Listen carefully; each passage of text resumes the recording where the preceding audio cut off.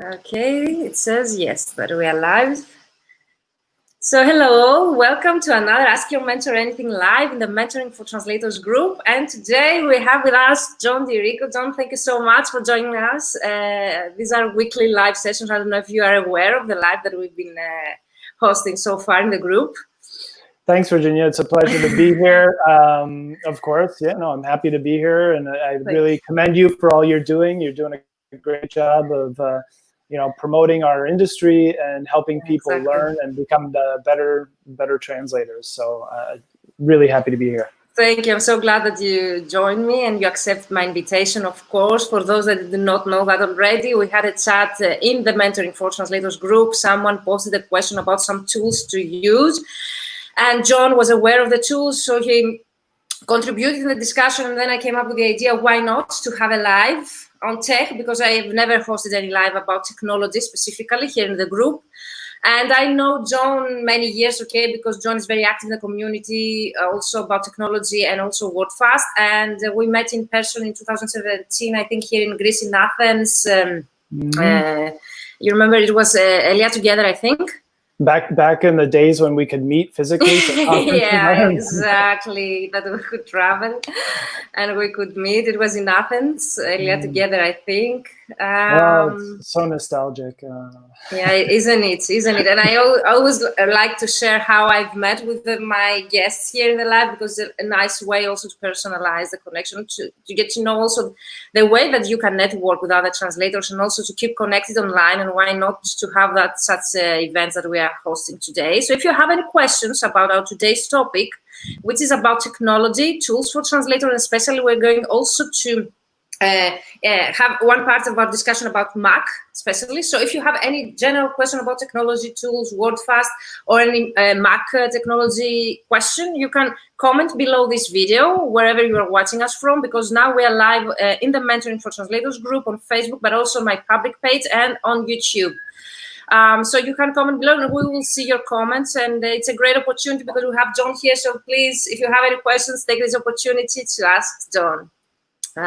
So we'll start with the questions the most common questions about my mentees, from my mentees, about the guests I have. So the most common question is, how did you start out? And if you would like to introduce yourself to those that they might not know you already. Yeah, it's a long story. It goes back 15 years.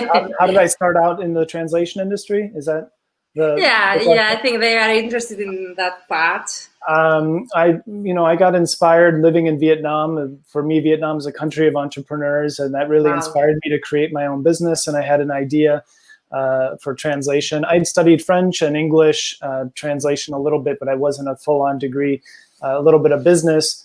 And I wanted to get out of teaching English and get into translation. And I had this idea I could really have a vision of where I was going and how successful it would be. And I just followed through with it. I spent a couple of months working hard on trying to put this company together, get up a website, and then start networking with people all over the place. Just go out and network, like what you were talking about, how we met. I'm here today because we met at a in-person event, and I can't tell you all about how many opportunities have come out of meeting somebody, sitting next to them at a dinner, talking to somebody over a cocktail, sitting next to somebody in a session, asking a question, and somebody come back and says, "Oh, that was a really interesting question." And that just opens up all sorts of opportunities. Really good example. I went to a conference one day, and I sat next to somebody at lunch, and we went for a drink afterwards. And then that person started sending me money, not money. They sent me jobs. I did the jobs, and then they sent me money. And that was like 12 years ago today. Wow. And they're still sending me work today, and I've hundreds of thousands of euros worth of business just for going to a conference. So obviously, this is advice for the future when we can travel again. But we'll hopefully make it out of this terrible situation. So I started out as a translator, and then I quickly realized right away that the translators who use tools are going to replace translators who don't use tools, right? And so I started adopting CAT tools. I used WordFast because it was the easiest one to install, and I could use it for free for a while, and it just worked for me. So I slowly became an expert user on that, and I was using a PC at the time. So, and then I started offering training on that tool. I started organizing my own conference, or I started organizing conferences, actually not my own, but with pros.com. Mm-hmm. So I did that for about 5 years, and we organized some amazing conferences. And then I switched to a Mac, and this was at the same time that I decided to sell my business and take a trip around the world, where I visited about 25 countries. I went to 70 cities. I trained hundreds of translators on how to use WordFast, and I also helped raise nearly $10,000 for a charity project. So that was the beginning of my Mac experience. You're very active in so many fields, different. Like you're so active. You have seen you on Facebook, so I've been following you. Very different things, like you mentioned already.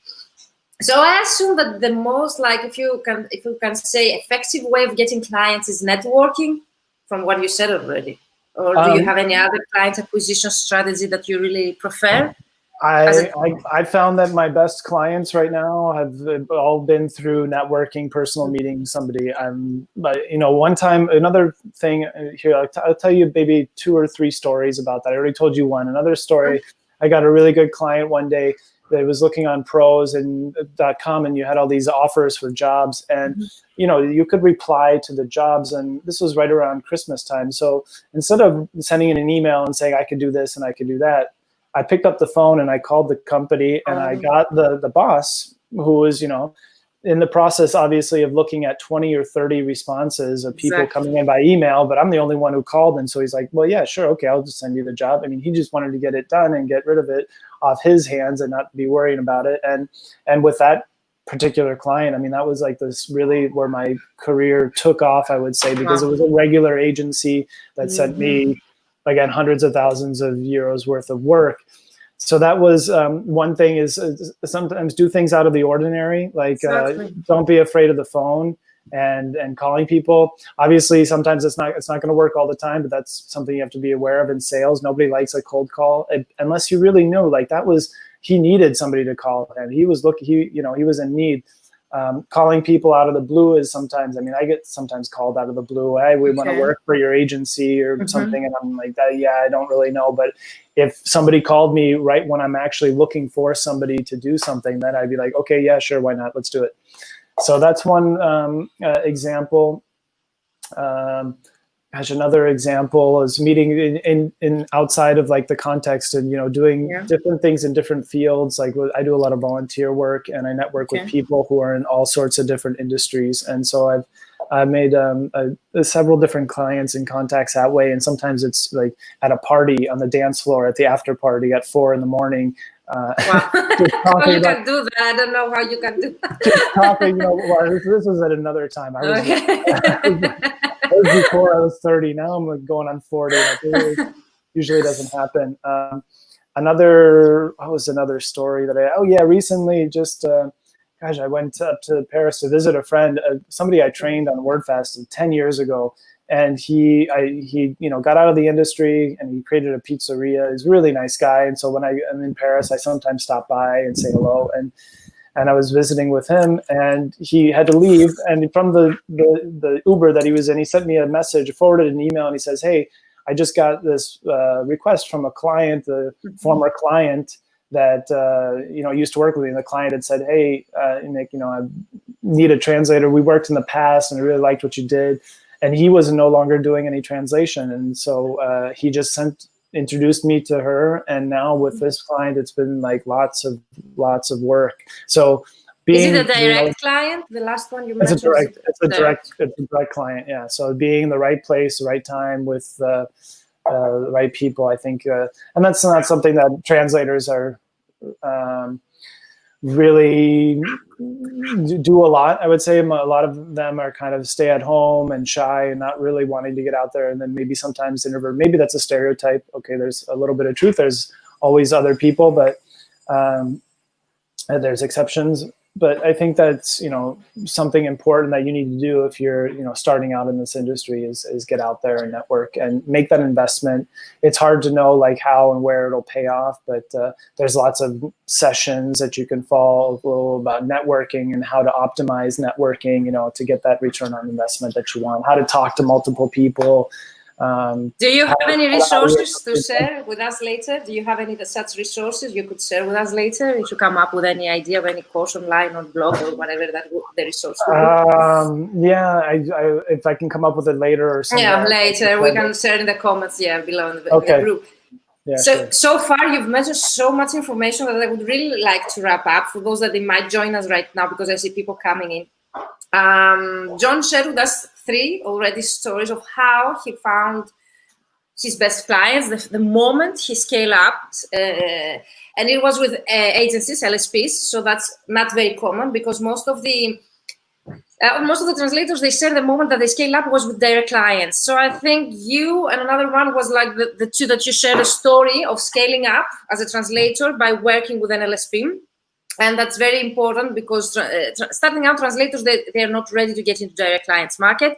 So they prefer to work with LSPs. So by sharing this story, you're helping those translators how to find out a way and to scale up without getting into the direct clients market. And also you mentioned already that networking is very important.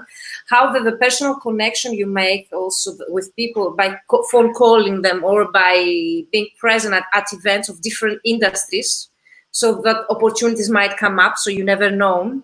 Yeah. So to wrap up, is networking, is direct outreach, is phone calls, attending events in different industries rather than only translators events, and of course getting out there and make the investment. And I have also written an article how also my career developed when the first time that I attended an international conference. It changed my whole mindset, and also the progress of my business and everything changed. It was like a life-changing moment for me to attend an international conference. But what about those translators that they are not that extrovert? Because I assume like you are an extrovert, you like that, you do that because it's your character, you like to travel, you weren't a translator at the beginning, so you came into that business by changing from another career, I suppose, and you seem to be business-oriented person in general, you're thinking. No, I would say, I mean, it takes practice. Anything. Okay. Like if you're introverted and you want to be more extroverted, it's not like you're set. You can practice. You can practice. You can become more extroverted. It just takes a little bit of getting out. People say it all the time. Get out of your comfort zone. Do things that make you feel uncomfortable, and then you'll feel less uncomfortable in the future. So you just kind of have to keep pushing, that.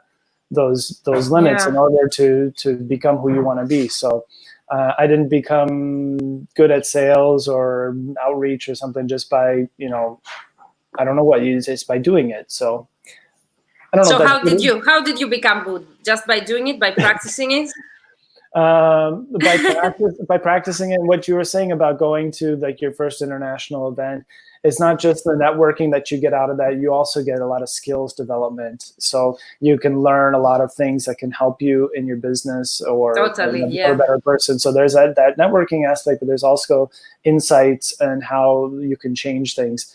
And then lastly, I think just as you become better, you're starting out. I didn't know half the stuff, not even a quarter, not even 5% of what I know today about our industry.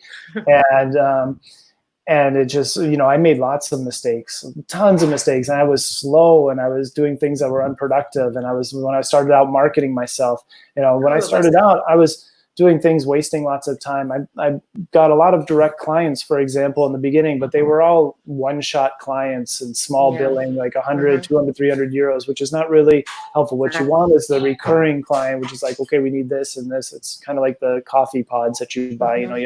You get the machine, but you keep having to buy the pods more and more. So that's what you want in terms of like recurring activity.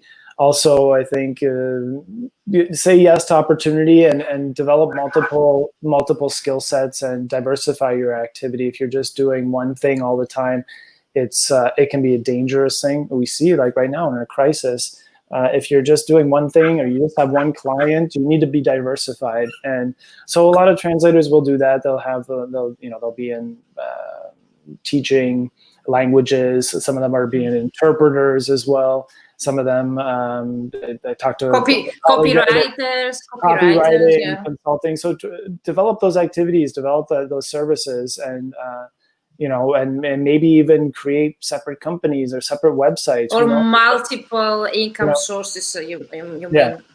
Yeah. Okay, do you think this recurring activity that you mentioned already can be achieved by working with their clients? Is it easily? I think it's more difficult because their clients, they need once and then might need it. It depends on the direct client. Okay. So I've had direct clients, and I have a direct client right now who has quarterly reporting requirements and press releases that they have to send out because they're listed on the Euronext stock market. So it's a big company that's going to do almost €1 billion in turnover. That's the type of direct client that you want because they have to do their financial reporting in different languages. Yeah. I have such clients. Yes, I know what you mean. So those are examples of direct clients. The direct clients that you might want to, that are like small, medium-sized enterprises. Okay, it's an interesting. Okay, you translated their website and you maybe translated their brochure, but then they won't, they don't come back to you. Exactly. Exactly. So that's fine. It helps, but it's a lot of investment because you want to maybe create a translation memory, maybe create a terminology for them, and they can never come back. It takes you some time to kind of understand maybe their industry, maybe they're a slightly different industry, and then you've done all the research when you're really slow. And it's only when they're recurring, when they come back later on, where you get economies of scale. You're much faster because this, the terminology. You're not asking yourself questions. Should I do it like this or like this? Because you have your TM and your. So exactly. So do you remember the last question from Mantisis? Do you remember how did you find your first client? Can you recall your first client? How did I find 15 years? I know. I do remember. I think I remember really? my first client. Yes, because when I was much younger, like 16, I did a pilot training school, and I did 10 hours of flying and did a solo in an airplane. So I have a lot of knowledge and background knowledge about aerospace and aviation. So I put that on my website. As that's one of my specializations: aviation, aerospace. Me too. And so I had my website go live, and somebody contacted me to translate a DVD on paragliding.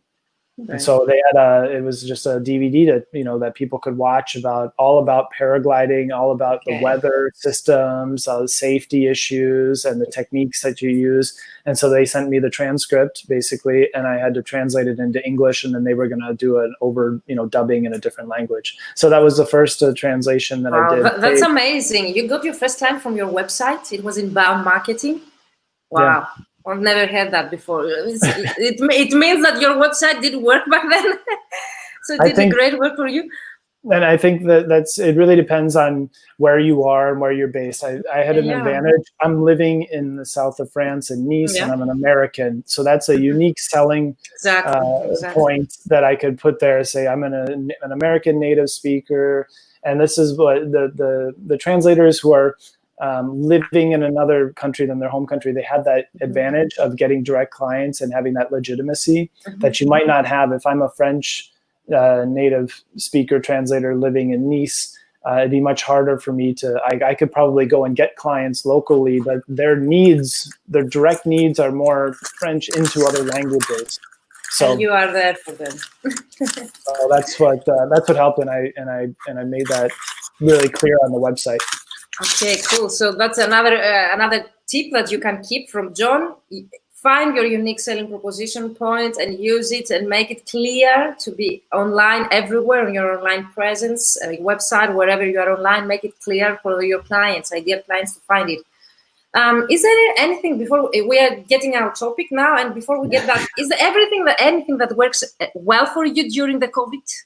or after COVID, something to give a positive aspect for the days that we have been living right now? Anything that works well. I'm just really happy to see that people are adopting technology that they wouldn't have adopted otherwise, and we're going to get rid of a lot of commuting, and we're going to pointless, unnecessary commuting, and that's going to have an impact on the environment. So that's I think a good thing. At the same time, I'm sure that most of us are getting a little bit overwhelmed and burned out with live events, but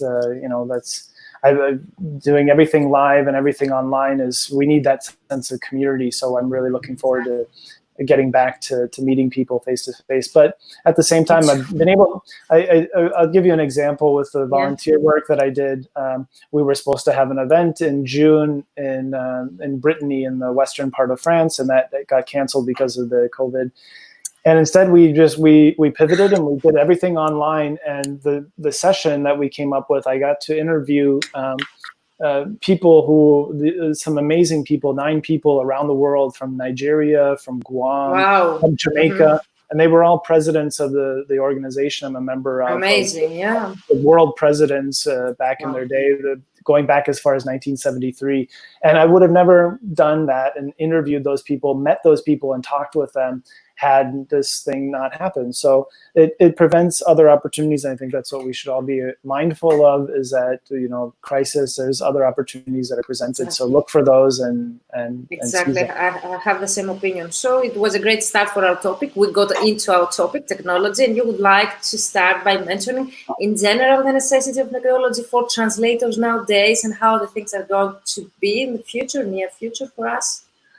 I think that everybody should keep an eye on what's happening in the machine translation space. I mean, if you're not, and you're kind of still have your head buried in the sand, exactly. I think that we're getting to a tipping point where, and I don't want to ruffle any feathers, but there's a lot of machine translation going on out there. And like I said earlier, I think that translators who use technology are going to replace those who don't. And it's the same thing. Translators who use machine translation are going to replace those who don't. And that has its disadvantages. You can see it sometimes in the quality of the work, but it also has its advantages, and it depends on really the needs of the client. So technology-wise, I would really keep an eye on that space and what's going to happen. They're reading something about some new artificial intelligence thing that came out with like 190 billion different parameters, and it's machine learning and I don't even know where this is going to go. It can be frightening if you start to think about it. But my advice is just to keep an eye on technology. Sign up for newsletters, look at discussion groups, and try and adopt technology sooner rather than later, because it generally helps. It's not always easy, but it can be a game changer. And that's what's I totally agree. It's a game changer. I had some people like me, they're afraid of technology, or they think that it's too difficult to get to know that, and they might not be good at this. But when I started using CAD tools, it was nothing for me. But the moment to get used to using it, limited beliefs, if we can say that I'm not good at this, it might take me double time to do the translation. Oh, I don't really like technology, I'm not a tech person, or things like that. And I think that's the main reason translators, they keep themselves behind technology, and they are not that techy, if we can say. But do you think machine translation, will that be important in all of specializations? Like, what about a legal translator or a literature translator? I think so. I think it will. It's a tool like any other thing. It can be used or it can be not be used. But if it's there and you get to choose from it, if you like it, I think the only thing I don't like about it sometimes, I think that if you see a machine translation, it can give your mind a first impression of something, and you never have a second chance to get a good first impression. So if it's a bad first impression and your mind might be thinking, okay, I've got to work the sentence like this. And I know translators will say, oh, I like to rework my sentence and change the order, and machine translation really sticks to the sentence order. And I understand what they're talking about, especially when you get into very creative text and transcreation. And sure, that makes sense that you maybe need to completely get away from the text, and that depends on the client's needs and the brief. So they'll tell you, okay, we've got this document, but we don't need it exactly translated. That's not our goal, is not to have word for word, faithful translation. Our goal is to sell product. What can you do? We're trying to reach this audience. And this audience, it's a British English audience, an American English audience, and Australians. And we just want one translation for all of them. So there you've got to really become creative and say, okay, well, how do I write for all these audiences? Exactly. And what's going to be the way to really convince them to buy the product? They don't really care what was in the French anymore, but sticking closely to the theme and the whatever. So that's important. I wanted to go back to one thought, but I forgot. I'm sorry. Did I interrupt you? Oh. No. We'll come back. Okay. I just had my question was about specializations, and if you see any difference among of those, for example, legal or literature, but you mentioned about creative translation and machine translation. I would really like to make sure that people who are watching us are really aware of what is the difference between Google translation, machine translation, artificial intelligence translation. Would you give us like a hint, like it's very, very small description? You have lots of the machine translation has gone leaps and bounds and is in different phases over the past 20 or 30 years. When I started using it pretty much full on, I was kind of in the statistical machine translation, which was a lot better. The rules-based machine translation. And then we moved into neural machine translation. What Google is a product. Google is a proof that people want and need machine translation, because there are more requests for translation on Google in a single day than there are of all of the human translations done in a year. And that's because it's free. It's free.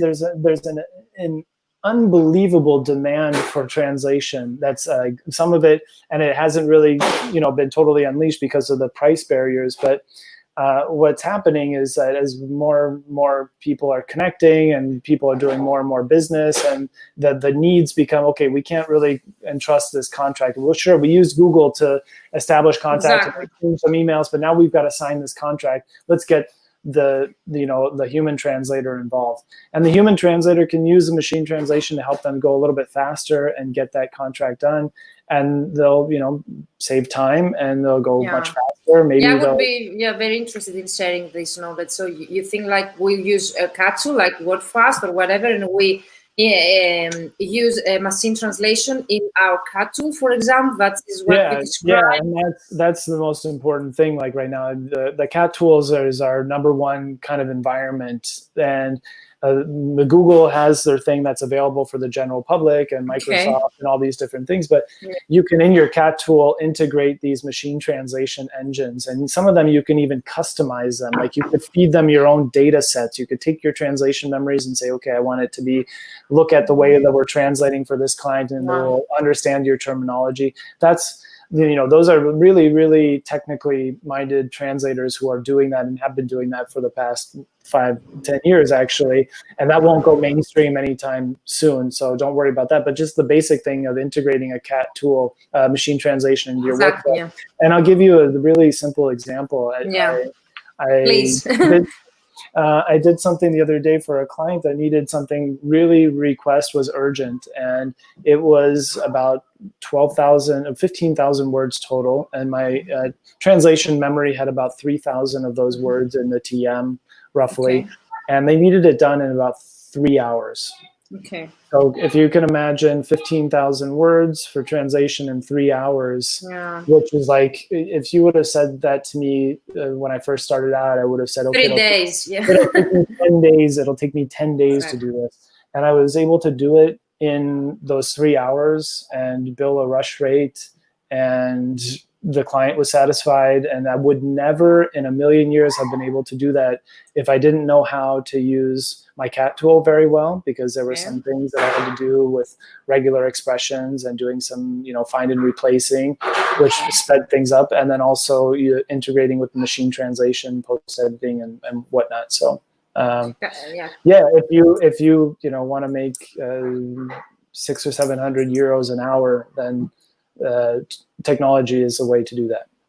Wow, that's a great asset. So we need to get to know more about that. So what other, like, I know Google Translate, I know DeepL, what other machine translations can be integrated, for example, in Go WordFast?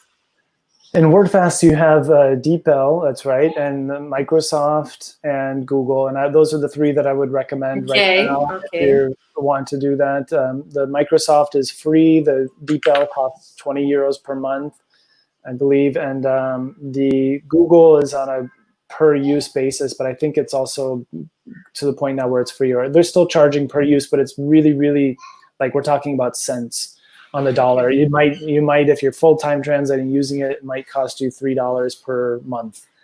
So it pays you back. It pays you back anyway. Pays back, yeah, right away. So I would not. And you said earlier, well, maybe it depends on my specialization. The only way you can know is to test it. Test it with your specialization, with your field. When I do a translation, I'll have all three of those engines activated or enabled so that I can choose which one is the best to, which option or suggestion is the best to work from. Okay, so you have all of the three, you have all of them integrated, but for every project you choose which one works best according to the specialization terminology. When I move from one sentence to the next, I'll have the three suggestions and I get to choose which one I like most. From the three machine translations at the same time? Yes. Okay, I didn't know that. So one of them will be default, and it will be the one that I consider to be generally the best for that field or client. And so that will be activated as a default one, and it will appear in my screen. But if I don't really like it, I can always look at a different part of my screen and see, okay, you know what, this is actually makes a little bit more sense. And also it's really interesting because sometimes you'll have different terminology come up from the different engines, and it'll cause you to think and say, oh, okay, yeah, maybe that's maybe it's not actually, it shouldn't be that term, it should be that other one. So that's it's really helpful. Well, that's great advice that you shared with us, information, knowledge. Thank you so much. So we so far talked about machine translation, how we can integrate on WordFast or any CAT tool. Would you like to share anything else about Mac lovers or Mac tools? I remember in the group you had shared a tool about localization. It was about website count, word count. Is that correct? I remember. Let's see. Oh yeah, I think I did. Said something about website word count. Doing a word count for a website. How to extract all of the content. So on Mac, there's a tool called Site Sucker. I think that was the one that you shared with us in the group. And what that does is that it will mirror a website, so you can go and get all of the mirroring done on the website, and then you could put that into your CAT tool to generate kind of a rough idea of the word count. Now that site or that particular tool is really great for getting a gist of what content there's to be translated, because a lot of times now you're on a platform like WordPress, and there might be things that don't need to be translated, or things that are hidden or not inaccessible. So ultimately, you want to get a conversation going with the client. And actually, I would probably hi Sarah, nice to see you. She says she's just switched to Mac and WordFast this year. Need some skill. This is perfect. Thank you, Sarah. So what I would, what you let's say the typical thing is, I've got a website. Can you do this translation for me? Okay, so you click on the link to that website, and you start looking at it, and you start copying the pages, and then you start trying to put them into Word and start doing word counts. So the first thing I would do when you get that type of request is pick up the telephone and call that person and have a conversation with them about what their actual needs are, what platform they're using, when do they need it by. This is something that's super important that translators don't do enough, is, again, going back to the old telephone. As soon as you get a request for something, call the person and talk to them, because a simple email is generally not enough to get an idea of what their needs are and what their goals are. I totally agree with you, but I like to have it in written before I get a project, because sometimes on the phone they say different things. I have to finalize the conversation with email to be sure that everything that I have talked about is what. But you have the conversation on the phone, and you would take some notes about what it is with Greek clients. With Greek clients, and you send them the proposal. Exactly. So once you've done that, you have an idea. Okay, their website is on WordPress. So then, I've had clients contact me and say, okay, well, the WordPress, there's different plugins that you should install. A WordPress multilingual, for example, that is that helps your site become multilingual, which would allow you to extract everything. You can actually give me an access, so I can go on and find out all the content that needs to be translated and give you a proper review. Because the worst the worst thing that you want to do is commit to a job that, okay, I'll translate your website, www.site.com, and then you realize that there's 10 times as much content, and you weren't aware of that. So those are things to be aware of. So that Site Sucker is just good for getting like a general idea. And it's really for like simple static websites. I'm writing notes. I'm keeping notes. Simple static websites that eventually could, this is maybe done in the past where you would actually translate the HTML files. Now most websites are run on CMSs that you extract the content and translate it. So so that was maybe a Mac tool. I wonder why this works on the Mac, because it does the website work. There's another tool on Mac that is there's another tool on PCs. I forget what it was called, but I had a different tool on a PC that does the same thing, that mirrors a website. So that's just, the Site Sucker is one that runs on Mac that you can find on the App Store. Okay, great. Let's see. So some of the other tools that I use in terms of Mac that I really, really like, and I would kind of recommend kind of on a daily basis, productivity-wise, are, and this is getting away from the cat tool, but on mail, for my mail client provider, I use a software called Mail Butler. Mail Butler? Mail Butler. So if you're on a Mac and you have Mac Mail that you use as your mail client, there's a lot of features that are missing compared to Outlook. Maybe you've gone to Outlook and has some of the features. I don't like it. Yeah, it's very heavy. What I like about Mac Mail is that it seems really good with the indexing and finds emails really easily. So I like that. I still use that. And the Mail Butler, what it allows me to do, the things that I like about it are, there's probably three things that I use it frequently for. Number one is I can program when I want to send an email. So I can schedule. I can schedule an email to a later day, to the next business day, or at 8 a.m. in the morning. That way, if I'm doing something, I don't have to remember to come back and do it later. I can just get it done and then not send it on Saturday night. Because also, you have to think about, oftentimes we don't think about things like that, but when an email arrives in somebody's inbox, depending on when it arrives, it's going to be treated with more or less urgency and probably get noticed as well. If you send something at the middle of the night on Saturday morning or something, it might get, emails might pile up. And then by the time the person gets to the office on Monday morning, it's really down on their list of emails. And so you're going to get dealt with last. Whereas if you get in there right away at 9 a.m., as soon as the person turns on their computer, your email comes in at 9 and they deal with it. I do the same.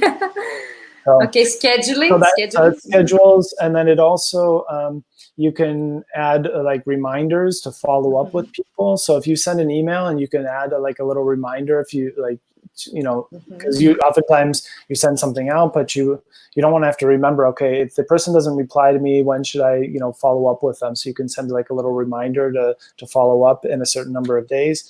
And then there's a last feature that's used quite a bit, which is like to recall the sending. So when you press send and you're like, oh, I forgot the attachment, or oh, whatever, it'll give you like a 30-second delay before it sends the email. So you can always recall the email and not send it right away. So that was one tool that's kind of on a daily basis. Another tool that I use, and this is maybe specific for French and English translators, but if you're working in either of these languages, and either one, there's a tool called Antidote, which is you can get it for English or for French, and it's kind of like a very, very robust and powerful spell checker and grammar checker, much more advanced than what Microsoft has. Like Grammarly? Okay. Yeah, and what it does is, like, for example, when you send your emails, it will check your emails. So sometimes you're dealing with clients that are in your non-native language and you're making mistakes, which sometimes happens. We're not perfect. It'll pick up on those things, and that has been a lifesaver. Thank you, Diego. You can also check it, run your translations. Like when I get done with the translation, I'll export it, and I'll run it through Antidote, and also to double check before I send it off. And sometimes there are little things that get picked up, like stylistic errors or inconsistencies between the style from one part of the document to the next. And that comes up for sure if you're working on a 100-page document that you had to divide by 3 translators, and you're reassembling it at the end and doing the quality control. So that's a huge tool that I'm using quite frequently. Let's see, there's another one called, just some basic things on your Mac that you should be aware of, like keyboard shortcut, like hotkeys that you can create. If you go into keyboard and text shortcuts, like you could type, I do things like WFP, and it spells out the words WordFast Pro. So I don't type WordFast Pro all the time, because I'm typing that all the time and I'm sending people messages. Or I have another one which is do WF, and that says, it says do LMK, like do let me know. And I just type in those 5 keys, it puts out a whole entire sentence, which is, could you please click on this link to schedule an appointment directly on my agenda? I'm available generally in the morning, this time or whatever. And so that just typing 5 keys and it puts out that entire thing. So those are things like when you get to the end of your emails, for example, which is, please let me know if I can be a further assistance. My kind regards. And that's really simple to do with your Mac. If you look at like the keyboard, you don't need special software for that. It's built in. They do have special software where you can purchase called Typinator, but I just stopped using that because it's kind of built into Mac nowadays. So thank you, Esther, Diego. There are people coming in and having a chat here in the chat part. I know that you have to leave. If you have more time, please do let me know. We can I've got another 10 minutes or so. Okay, so if you have 10 minutes, I would really like to spend some time about WordFast, because I have to disclose the reason behind that. I would really like to talk about WordFast, because we had Sarah Henter the other time here in our live session as a speaker. We talked about how she does the marketing with cold calling. Because of GDPR reasons. She's based in Spain, but she's prospecting her clients in Germany, where due to GDPR reasons there, she cannot prospect them through email. So she has a very clever way to do that through a VA who does the first phone call, and then they get the permission to send the follow-up email, and that's going on. But during the conversation we had, she mentioned that she's a Mac lover as well. She only uses Mac, and she has WordFast. And she's so satisfied. She was really satisfied, and she mentioned that she can also export XLIF files. So she can deliver projects in many type forms. And I would really like to hear your opinion and knowledge about that. And also, she hasn't lost any clients that she had, and she has never turned back to any PC, because she can deliver any type of form of the text that the client asks her through WordFast. Is that correct? Am I remembering right? Yes. I guess I have a lot of things to say on that subject, and obviously I'm a little bit biased because I work for WordFast, but I also am a translator. And let me just kind of tell you my history in that. So when I changed to a Mac in 2010, I was using WordFast Classic, which at the time supposedly ran on Mac as well, but it wasn't as good and stable. So I installed Parallels on my Mac in order to be able to run WordFast Classic in a Microsoft environment. And it was fine because I had a Microsoft Windows license, and I had a Word license. So I had to pay like 70 euros or something to install it, and that was fine. But after about a year, my Mac got so slow. Like, it took up so much of my hard disk, and I felt like I had this big parasite just sitting on my computer that was just being used for that reason, and my Mac just got like much slower. So I had to So I eventually switched over to WordFast Pro, which was really much more Mac compatible and kind of in its own environment. And that allowed me to get rid of the Parallels environment altogether. So I just kind of abandoned the Parallels.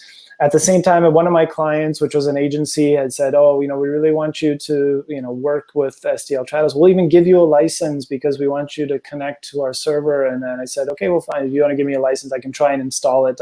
This is before I think I still had the virtual machine.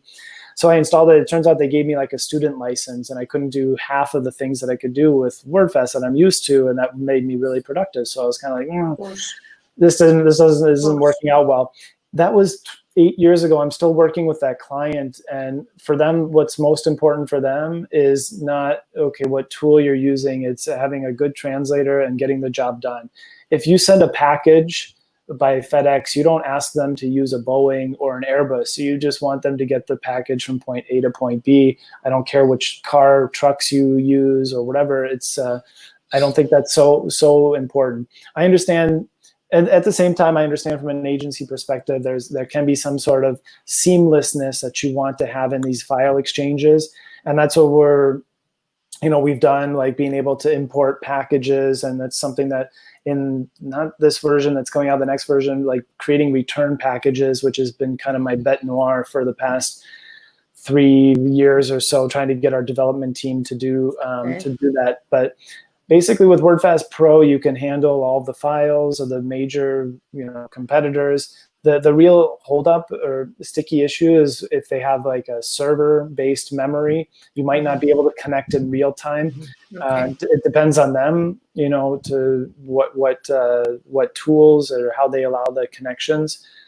We've done a lot of things with creating like interconnectivity between our tools. For example, there's a connector for our server tool, so that if a client has WordFast server, which hosts the translation memories and glossaries, somebody using Trados and MemoQ can connect to it.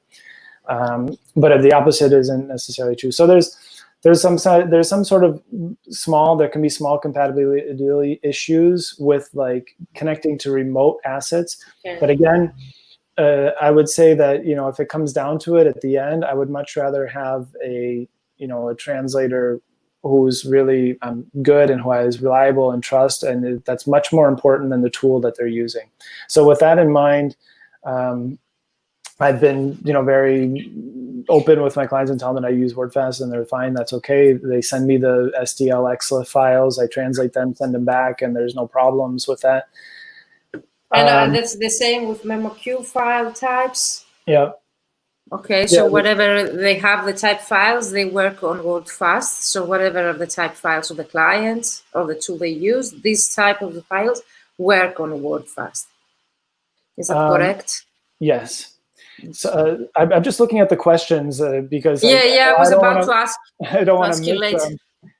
Because I did want to show you something before we leave that, but maybe I'll come back to that and we'll answer some questions. Somebody asked about the name of the first Mac tool that I said. So I talked about SiteSucker, Mail Butler, and Antidote. Those are 3 that I'm using. And I'm going to share those in the links later, so don't worry. And also they're going to be recorded the video so you can have access later on. Thank you. Thank you, John. And also there's another question about you. What do you actually use for an agenda you can send to people for appointments? That's a different question. So if you want to answer it later or whatever. For an agenda, I use a professional account of Doodle. So Doodle? I'm sure you're all familiar with Doodle. You can actually have a paid version of that where it's like maybe $40 or $50 a year. And that allows you to create links, like special one-to-one meeting links. It links up to your calendar. So I send a link and people go there and they book a time and appointment, and based on different criteria that I set of when I'm available. And I use that, for my volunteer work and for everything whenever. For everything, okay. That's really helpful. Sarah also asked a question about using a CRM or an ESP. I didn't see that. Okay. If you use a CRM? Yes. If you use CRM no, Mail Butler is really like for your mail application. I mean, I use a CRM or like MailChimp for mailings and sending that out, but that really is MailChimp.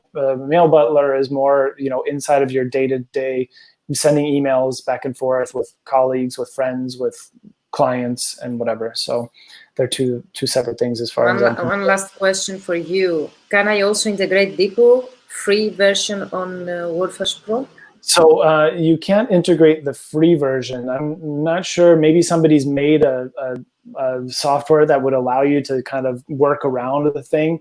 But right now, what you can do is you can buy an API key on DeepL's website. Like again, I haven't checked in a while, but I think it's 20 euros per month.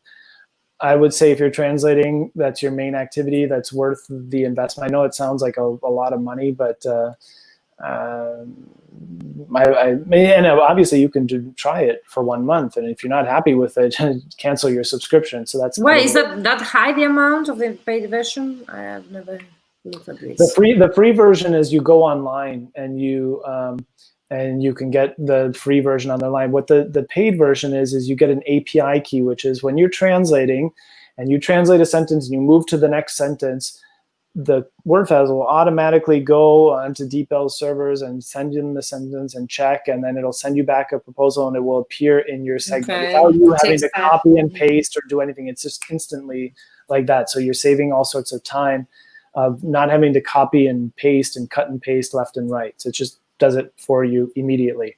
So that's why I want this. I have to try WordFirst on Mac because I really want productivity and something to work really fast on a Mac. So I'm going to try that anyway. Are you watching the comments? I'm just checking the comments. Okay. So what I will do is I'll just share something real quick because I just had to update a document that I was creating for our website. Somebody pointed out to me that I had, let's see, application window. There we go. So this is for the Mac users. I did a cost comparison just to see what the tool costs. And I think this is something that's really interesting that not a lot of people think of when you look at the overall cost over a period of several years of ownership of a tool and how what that total cost comes to. Now, obviously, I say this because I think STL Trados, MemoQ, they make great tools, and a lot of people are happy with them. And what's most important is you'll get a return on investment, I'm sure, with whatever tool you choose. Most important thing I think is using it knowledgeably and having knowing how to use it, attending training, getting some training on it. But it is a hefty difference with Mac users. Like when these are list prices, so you have to get the initial price. This is how much it costs to buy the tool. Then you've got to you have a yearly upgrade and tech support fee for these tools. Ours works every 3 years. You have to pay an upgrade fee. It's very clear. You have said so clear, like it couldn't be any clearer here. Very nice, yeah. You have to pay your virtual machine, etc. And so that, at the end of 9 years, this is the total cost at the end of 9 years. This is what that tool has actually cost you. Now, this is for the Mac users. It's a little bit more expensive. One other thing that I think is important to point out is that if you're a freelancer and you're kind of developing your activity, or you working with other colleagues, you can create multilingual packages and you can send them to people. We don't have like a freelancer version and a project manager version and a whatever version. It's just all one tool where everybody gets all the features. And that's really helpful if you want to create a multilingual project and maybe send out a package. Let's say your client wants you to translate into 3 languages, where you can create the project with those 3 languages and then send a package to each the 2 other translators that you're working with. And with the other tools, that type of functionality is much, much more expensive. I mean, the basic price is $2,895 for STL Trados to be able to do that, and then your upgrade fee is. So those are just something to keep in mind. I won't share that anymore. But okay, thank you so much. It was very clear. Just to sum up, is it compatible to all types of documents we receive from many other CAT tools that might be sent by our clients? So we can deliver XLIF for any other type that we have been sent. The only problem might be that we cannot directly be connected to their server if that's required by our clients. And that's up to the client. Yeah, right? so it's compatible with all the different file types imaginable. Okay. You have to, what you should realize is that WordFast Pro is used by the largest translation agency in the world, which is TransPerfect, translations.com. So they're an important stakeholder in the development of the tool. And as you can imagine, the largest translation agency in the world has to translate every single file type imaginable. And so we need to make sure that we have the filters and the capabilities in order to make sure that we can handle any type of file. Exactly. It's very important that you hear your client and the needs, and you apply those to WordFast. So you educate, and you also develop the WordFast according to our needs, translators' needs, and that's impressive. I don't know if is there anything else you would like to share? I see one last question by Sarah. Yes, Sarah, the difference between DeepL and Microsoft, you'll see differences with the type of translation you're doing. Sometimes it's identical. The longer the sentence gets, the more the differences will become apparent. Sometimes it's better one or the other. So that's why I recommend getting both and testing them and seeing. Maybe you realize, okay, having 3 of them is not worth it, and I don't need to spend for DeepL 20 euros per month. But maybe you're actually noticing that, wow, it's much better, and so it's worth the investment. That's all I can say. Microsoft is free. You can go on. There's a really kind of bunch of process to go through. You've got to create an account on Microsoft Azure Marketplace. You've got to give them your credit card, even though it's free. And then you can get the API key to work. And Google as well, you have to create an account and you've got to get the API and all that stuff. And even if it takes you an entire day to do just that, do it, because it'll probably be worth your investment. And what about the tech support we get from WordFast? Is it accessible? Because with Trados it's very difficult, for example, to get some tech support. Yeah, so with your license, you have access to tech support all the time. So you log into our website and you fill out a form that says, what my languages are and what my issues is and what the tool is that I'm using. And then it sends and we get back to you, we say within 24 hours maximum, but usually it's an hour. It depends on what time of day it is. And we've got tech support people in different parts of the world. So really we get a personalized response, not redirected to a forum or online Google search to find out discussions about our issue. We get an answer about that problem.